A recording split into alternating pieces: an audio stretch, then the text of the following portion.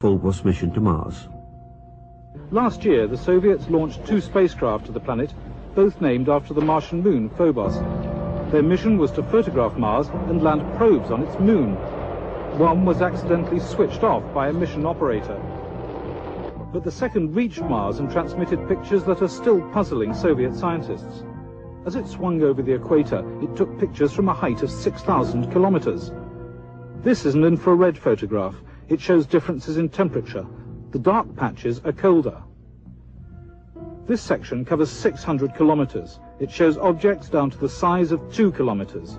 It's the most detailed infrared picture of the planet's surface. We have some very, very thin lines on the surface of Mars in the infrared, which means it's heat. It's not visible, it's heat. You can see it through clouds if you wanted to. These have a resolution, these have a width, I would guess, of 3 or 4 kilometers wide. Now, in answer to the question of what it is, I certainly don't know, and the Russians aren't telling us. Scientists are also puzzled by this shadow pictured on the surface of Mars by both optical and heat-seeking cameras. They're convinced it's a shadow because they can see objects on the surface beneath. But a shadow of what? Finally, there's the mystery of the vanishing spacecraft. The Russians have yet to release the last picture transmitted by Phobos before it lost contact with ground control. But the Russians have said that it shows an object coming towards the spacecraft, an object which, in their words, should not have been there.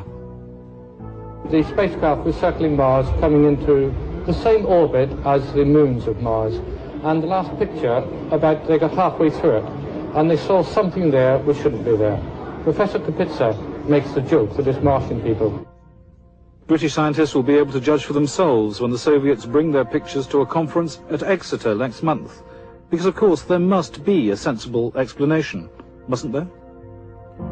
But the Russians brought no pictures to Exeter. So, what about the spacecraft's disappearance? One possibility could easily be that a small meteorite, a small bit of rock, was in the same orbit of Phobos and hit it.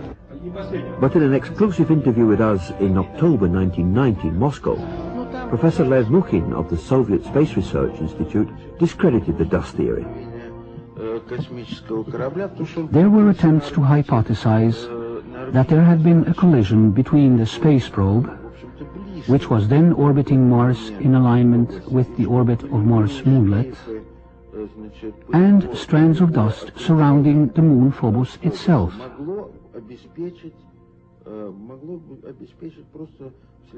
But some fairly accurate computations made by several organizations, and by our institute as well, have shown that this assumption is totally baseless.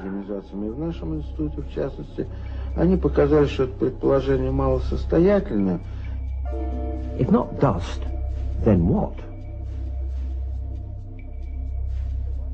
A long spell of silence followed until, in December 1991, former cosmonaut trainee and retired Soviet Air Force Colonel Marina Popovich held a surprise press conference at the Russian consulate in San Francisco, where she showed off this photograph reportedly taken by one of the Phobos craft.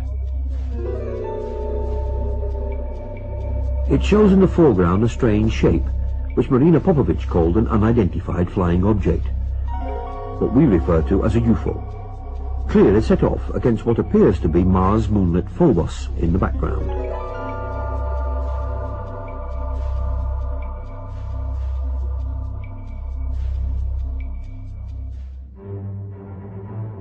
So, what about the mysterious shadow?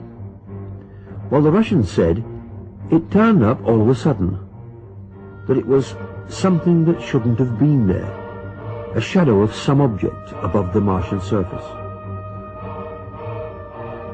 But that's not all. In April 1992, as we examined these other images, all taken within minutes from each other, we discovered that the shadow had actually been moving.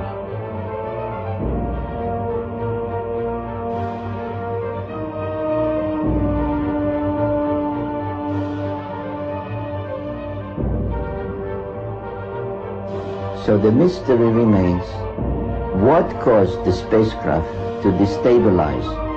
Was it a malfunction, or was there an outside cause, perhaps an impact? The question that arises is indeed a simple one. Was the spacecraft Phobos 2 hit by something that put it out of commission? The circumstances in which Phobos 2 was lost suggest that someone might be back on Mars, someone ready to knock out what to them is an alien spacecraft.